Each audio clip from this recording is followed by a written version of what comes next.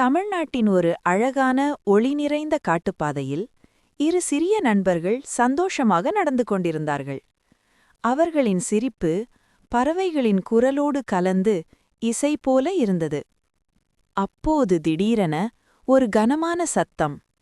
ஒரு கரடி அண்மித்து வருகிறது. பயம் பிடித்து ஒருவன் கலங்கிப் போனான். ஒரு நொடி யோசிக்காமல் அவன் உடனே அருகிலிருந்த மரத்திலேறி ஓடிப்போனான், தன் நண்பரை அங்குதான் விட்டுவிட்டு. மறுபுறம் நின்ற சிறுவன் தனது தாத்தா சொன்னதை நினைத்துக் கொண்டான். கரடிகள் சாவு போல் படுத்திருக்கும் மனிதரை தாக்க மாட்டேங்கிறா. அது நினைவுக்கு வர அவன் ஆழமாக மூச்சை இழுத்து நிலத்தில் படுத்து சீட்டாக அசையாமலிருந்தான்.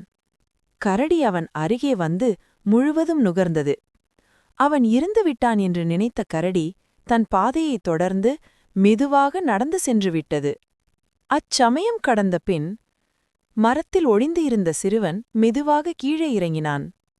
அவன் கேட்டான், டா, கரடி உன் காதுல என்ன சொன்னது? அதற்கு அந்த சிறுவன் நிம்மதியாக எழுந்து தூசியை அசைத்துவிட்டு சொன்னான், கரடி சொன்னது, ஆபத்தில் விட்டுப்போடும் நண்பனை எப்போதும் நம்பக்கூடாது என்பதுதான்.